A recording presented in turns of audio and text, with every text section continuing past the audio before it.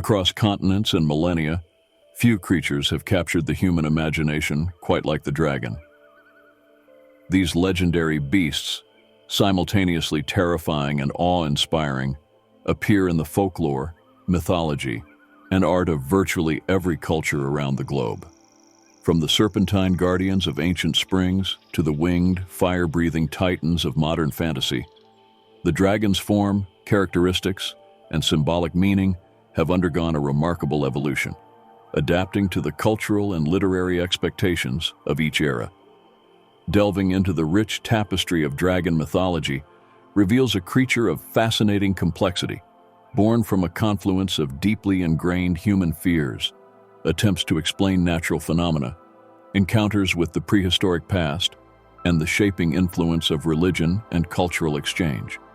The very word dragon traces its roots back to ancient languages, hinting at the creature's early serpentine associations. It entered the English language in the early 13th century from Old French dragon, which itself derived from Latin draco, meaning huge serpent dragon. The Latin term, in turn, came from the ancient Greek word drakon, also meaning serpent. Importantly, the Greek and Latin terms initially referred to any great serpent, not exclusively mythological ones.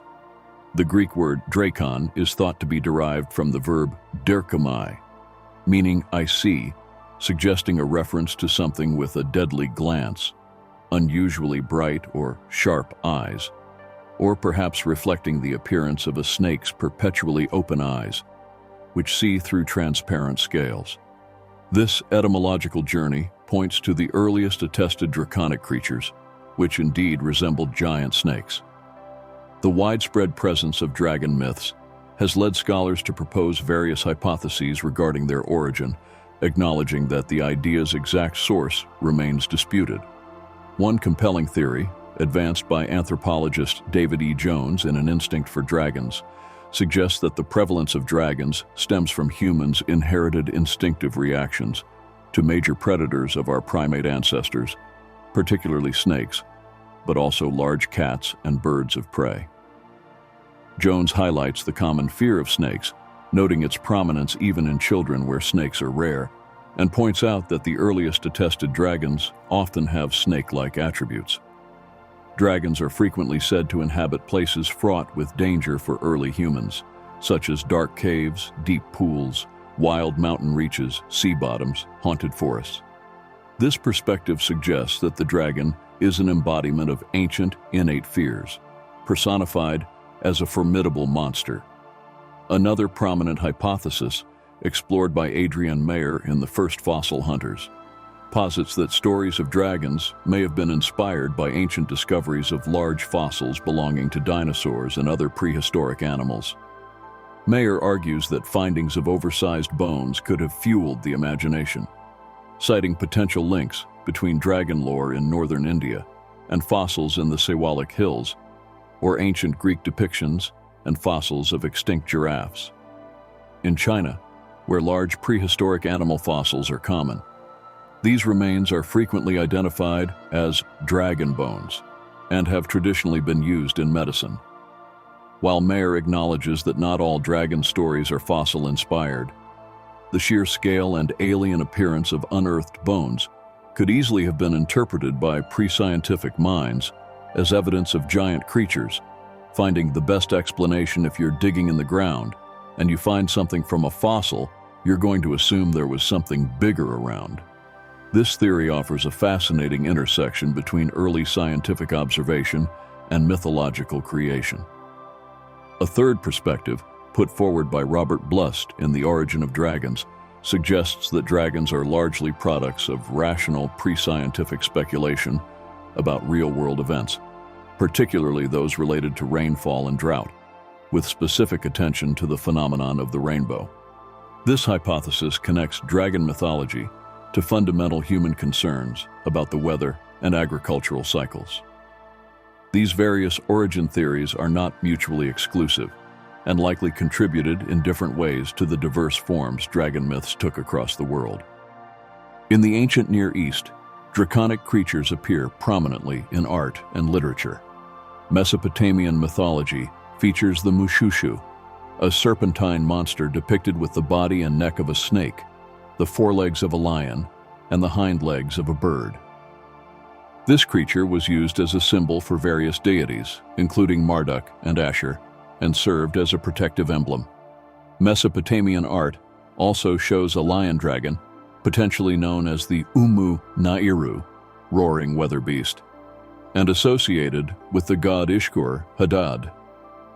The Babylonian goddess Tiamat, personifying primeval chaos and slain by Marduk, is traditionally seen as having a serpent form, although scholars debate this, noting she may have sometimes been viewed anthropomorphically. Nonetheless, descriptions of her having horns, a tail, and impenetrable hide suggest she was conceived as a form of dragoness.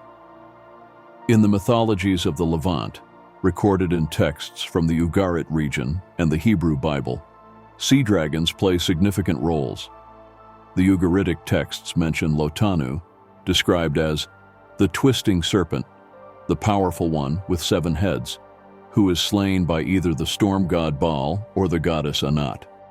The Hebrew Bible features the sea dragon Leviathan, slain by Yahweh as part of the creation narrative in Psalm 74. Isaiah describes Leviathan as a tannin, translated as sea monster, serpent, or dragon, whose destruction is foretold. Job 41 provides a detailed description of Leviathan's immense power, noting that it exhales fire and smoke, solidifying its identification as a mythical dragon. Leviathan, or its synonym Rahab, is also used symbolically in the Old Testament to represent nations opposing Yahweh, with the Pharaoh of Egypt being described as a dragon, tannin, in Ezekiel. The deuterocanonical story of Bel and the dragon, in the book of Daniel, features Daniel destroying a dragon worshipped by the Babylonians. The motif of a storm god or hero slaying a giant serpent is widespread, occurring throughout nearly all Near Eastern and Indo-European mythologies. Bruce Lincoln has reconstructed a Proto-Indo-European dragon-slaying myth involving a hero, Tritos, and his companion, Ha-Ner, defeating a 3-headed serpent, Nwai, that stole cattle, which was associated with water.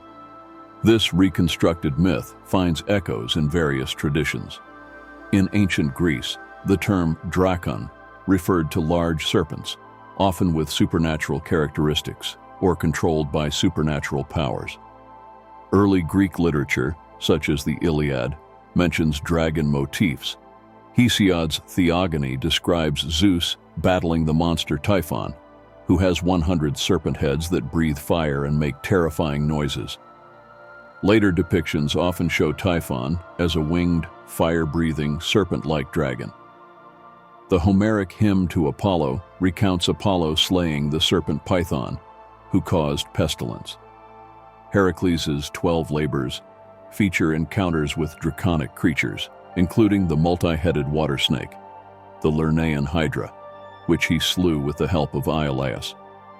Another labor involved procuring golden apples guarded by an enormous sleepless serpent named Ladon, often depicted with many heads. In the myth of Jason and the Argonauts, the Colchian dragon guarded the Golden Fleece, described as surpassing the length of a 50-oared ship. Jason, often with Medea's help, overcame this dragon. The founding myth of Thebes involves Cadmus slaying a dragon that guarded a spring and sowing its teeth to create warriors. Later myths even tell of Cadmus and his wife Harmonia being transformed into dragons. Greek dragons were commonly found in water or guarding treasures, often acting as formidable guardians. However, some myths featured winged serpents, such as those pulling the chariots of Medea and Demeter. Ancient Greek writers like Herodotus also reported on monstrous serpents and small winged serpents in distant lands like Libya and Arabia. The constellation Draco, the dragon, was catalogued by Greek astronomers. Moving eastward into Asia, dragon myths exhibit significant regional variations. In India, the Rigveda describes the Vedic god Indra battling Vrtra, a giant serpent representing drought, whom he slays with his thunderbolt to release the rain. Another Rigvedic legend tells of the 3-headed serpent Vishvarupa, who guards cattle. These stories align with the broader Indo-European pattern of a divine figure overcoming a water-associated serpent. The concept of dragon kings ruling bodies of water in China is thought to be inspired by the Hindu myth of the Naga. Iranian mythology features Ajidahaka, also known as Zahak, a dragon or demonic figure often described as three-headed and closely related to the concept of drought, much like the Indian Vrtra. Ajidahaka is a subordinate of Angra Mainyu, the destructive spirit. The name Aji is the Avestan word for serpent or dragon. Despite the negative portrayal of Ajidahaka, dragons were used on Iranian war banners. In Persian Sufi literature, the dragon symbolizes the sensual soul, greed, and lust, needing to be conquered in a spiritual battle. Ferdowsi's epic poem, the Shahnameh, features the hero Rostam slaying an 80-meter-long dragon as one of his 7 labors.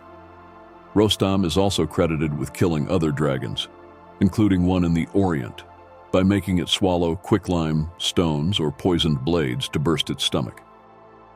In East Asian cultures, the dragon often takes on a decidedly different, more benevolent character compared to Western depictions. The Chinese dragon, Lung or Long, is the highest-ranking creature in the Chinese animal hierarchy, associated with good fortune and serving as companions or mounts for deities and heroes. Unlike the often winged European dragons, Chinese dragons are typically depicted as wingless, four-legged, serpentine creatures with above-average intelligence. Their origins are vague, tracing back to Neolithic pottery and Bronze Age vessels. One theory suggests the word for dragon is an onomatopoeia for thunder. Chinese mythology is rich with dragon stories, including tales of dragon raisers like Dongfu and Liu Lei. The famous story of Lord Yagao, who loved dragons but was terrified when a real one visited, highlights the awe and respect for these creatures. Legends connect dragons to the invention of Chinese writing, the Lung Ma, and accounts of healers treating sick dragons. Dragons are prominent in mythographies like the Shanhai Jing, with figures like Ying Long helping the Yellow Emperor and Zhulong composing the universe. Many mythic heroes were conceived after their mothers encountered divine dragons. Dragons are also depicted carrying gods and emperors. An evil black dragon caused a great flood, which was ended by the mother goddess Nuwa. Various ethnic groups in China have their own dragon myths, linking dragons to ancestry and creation. A central association for Chinese dragons is their power over rain and water. Drought is sometimes attributed to a dragon's laziness. Rainmaking rituals involving dragons are common, including making clay figurines, dancing among them, or even provoking dragons by throwing tiger bones or dirt into their pools. The concept of dragon kings ruling bodies of water is prevalent, with temples dedicated to these figures. Traditional customs like the dragon dance and dragon boat racing, performed during holidays like the Spring Festival and Duanwu Festival, originated in rituals to bring good weather, ensure strong harvests, or avert misfortune. Starting in the Han Dynasty, the Chinese emperor became increasingly identified with dragons, claiming to be their incarnation, and reserving dragon imagery exclusively for imperial use. After the last emperor, ordinary Chinese people began identifying themselves as descendants of dragons. The positive impression of Chinese dragons has significantly influenced dragon depictions in other Asian countries. The Korean dragon shares many similarities with the Chinese and Japanese dragons, appearing as a four-legged serpentine creature, but often depicted with a longer beard. Korean dragons sometimes carry the Yuiju Sintamani, an orb granting immense power, wielded only by wise four-toed dragons. The number 9 holds significance, with dragons said to have 81 scales. Korean dragons are primarily benevolent beings linked to water and agriculture, seen as bringers of rain and clouds. They reside in various water bodies, and journeys to the undersea palace of the Dragon King are common in folklore. Royal figures were often described as dragon descendants, and dragon patterns, particularly the 5-taloned dragon for the king, were exclusive to the royal family. Korean mythology includes Imujis, lesser or proto-dragons resembling gigantic serpents, who can become full dragons under certain conditions, such as catching a fallen Yuiju or surviving for 1,000 years. Emojis are also associated with good luck. In Japan, dragon myths blend native legends with imported Chinese stories. Japanese dragons are largely water deities associated with rainfall, typically depicted as large, wingless, serpentine creatures with clawed feet, often having 3 claws. Stories include samurai encountering and slaying serpents and rituals to appease dragon gods of the sea with metal offerings. Japanese Buddhism has integrated dragons, with deities like Benten and Kwannon shown riding them. Some immortals, Sennin, also ride dragons. Japanese folklore includes creatures like the Shachihoko, dragon-headed, fish-scaled, and the Fun, dragon-headed, feathered wings. The white dragon of Yamashiro province turning into a bird, the Ogoncho, heralding famine, and rain-making effigies demonstrate their connection to weather and prosperity. The Vietnamese dragon, Rong, is a symbol of deity and royalty, representing yang, creation, and life. Vietnamese creation myths describe the people as descendants of the dragon lord Lac Long Quan and a fairy, reinforcing the dragon's central role in national identity. Vietnamese people often refer to themselves as children of the dragon, grandchildren of the fairy. Further west in South Asia, Bhutan's national symbol is the Druk, the thunder dragon. Bhutan is known as Druk Yul, land of Druk, and its leaders are thunder dragon kings, highlighting the dragon's importance in national identity and leadership. The modern Western image of a dragon evolved in Europe during the Middle Ages. It combined the snake-like dragons of classical literature, biblical references, and Western European folk traditions. The period between the 11th and 13th centuries saw peak interest in dragons as real creatures. Since the High Middle Ages, Western dragons have commonly been depicted as winged, horned, and capable of breathing fire. They are often hybrids, combining reptilian, mammalian, and avian features. Unlike the often benevolent Eastern dragons, Western dragons frequently embody malevolence, greed, and destructive power, guarding treasure in underground lairs, caves, or rivers. A significant factor in the Western dragon's portrayal was the influence of Christianity. As Christianity spread, dragons took on a sinister meaning, coming to represent Satan.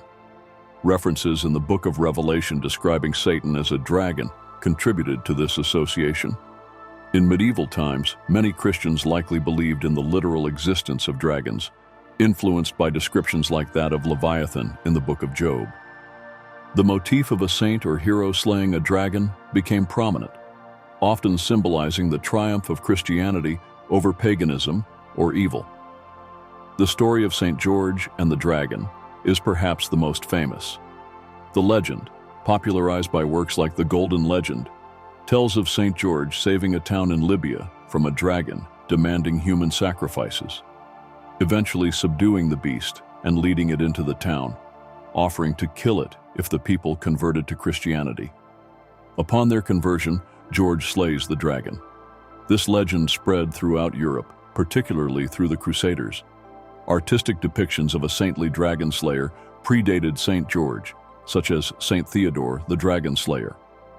Some theories suggest the legend was influenced by classical myths like Bellerophon slaying the Chimera, or the Egyptian myth of Horus spearing Seth.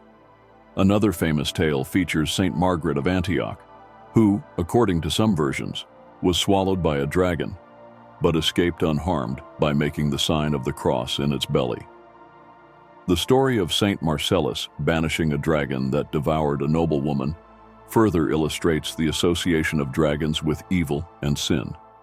Medieval bestiaries and heraldry further shaped the Western dragon image. By the late Middle Ages, a distinction emerged between the four-legged dragon and the two-legged, often more vicious, wyvern. These creatures appeared on crests and banners, with the red dragon notably symbolizing Wales and the Britons' struggle against invaders. Other fantastic draconic creatures like the cockatrice, born from a rooster's egg hatched by a serpent with a deadly gaze, breath, and the basilisk, born from a cockatrice's egg, with a dragon head on its tail and a lethal glare, were also described. The fear of dragons was deeply intertwined with the dangers of medieval life. The concept of fire-breathing, a defining trait of the modern Western dragon, is believed to have originated partly from medieval depictions of the gaping, fiery mouth of hell. As Satan and dragons became increasingly associated with hell, the idea of the dragon breathing fire seemed a logical extension. The prevalence of devastating fires in medieval cities, often built with wood and lacking effective firefighting methods, made fire a particularly terrifying force. A blaze starting swiftly and destroying entire streets could easily evoke images of a flying creature spreading flames. Early accounts of fire-breathing dragons appear in epic poems like Beowulf, where a dragon goes on a destructive rampage. Some theories propose that the visual appearance of a snake's flickering forked tongue could have inspired the idea of flames emerging from a serpent's mouth, exaggerated through oral tradition and illustrations. Beyond fire, dragons were also associated with other destructive natural phenomena. In Slavic mythology, the Zmej Gorenik, a three-headed dragon, was believed to cause eclipses by swallowing the sun. In Albanian folklore, the multi-headed, fire-spitting Kulshedra caused droughts, storms, floods, and earthquakes. In Switzerland, medieval accounts linked dragons in mountain layers to the violent storms that descended upon cities. These myths served as explanations for inexplicable or terrifying events, providing a framework to understand a world full of unpredictable dangers. As Dr. Marta Cobb notes, sometimes a frightening explanation is better than no explanation at all. Myths often reflect humanity's biggest challenges and the need to rationalize the world. Belief in the literal existence of dragons persisted for centuries, supported by interpreted evidence. The discovery of large fossils was one such factor. Another was the belief in dragon relics possessing healing powers. Stories circulated of farmers finding stones covered in dragon blood that brought healing to cities. Dragon blood and other purported dragon parts were used in medieval medicine, believed to cure various ailments. However, investigations of relics like the Lucerne Dragonstone revealed them to be man-made objects, such as clay. The belief in dragon relics echoed the practice of churches showcasing saints' relics for miracles. The decline in the widespread belief in literal dragons coincided with the rise of modern science and the development of new ways of thinking. As scientists studied unearthed bones, they began to recognize them not as dragon remains, but as those of extinct prehistoric animals. Similarly, purported dragon relics were increasingly understood as misidentified animal parts or fakes. The scientific verification of large lizards, such as the Komodo dragon, found on isolated islands, confirmed the existence of fearsome reptilian creatures. But their reality remained distinct from the fantastical fire-breathing beasts of legend. While the Komodo dragon is a powerful and potentially deadly predator, its terrestrial nature and lack of wings and fire highlight the mythological additions that distinguish the legendary dragon. The million-year journey of the Komodo dragon, including its evolutionary history and spread, has been studied through fossil evidence, revealing it to be the last survivor of a group of large lizards that once ranged much wider.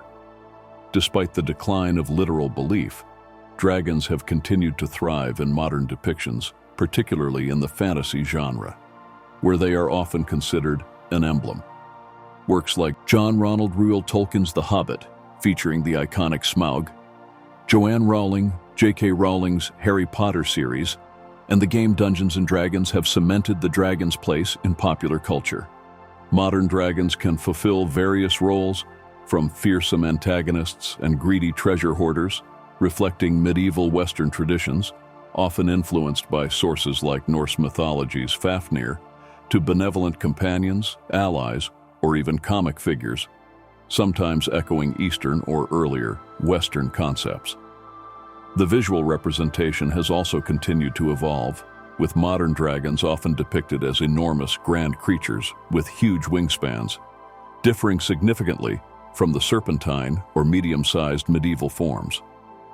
In conclusion, the mythology of dragons is a dynamic and multifaceted phenomenon, reflecting diverse cultural values, fears, and explanations for the unknown. From ancient serpents symbolizing chaos or guarding sacred places in the Near East and Greece, to benevolent bringers of rain and symbols of imperial power in East Asia, and ultimately evolving into the formidable, often malevolent, fire-breathing beasts of medieval and modern Western fantasy.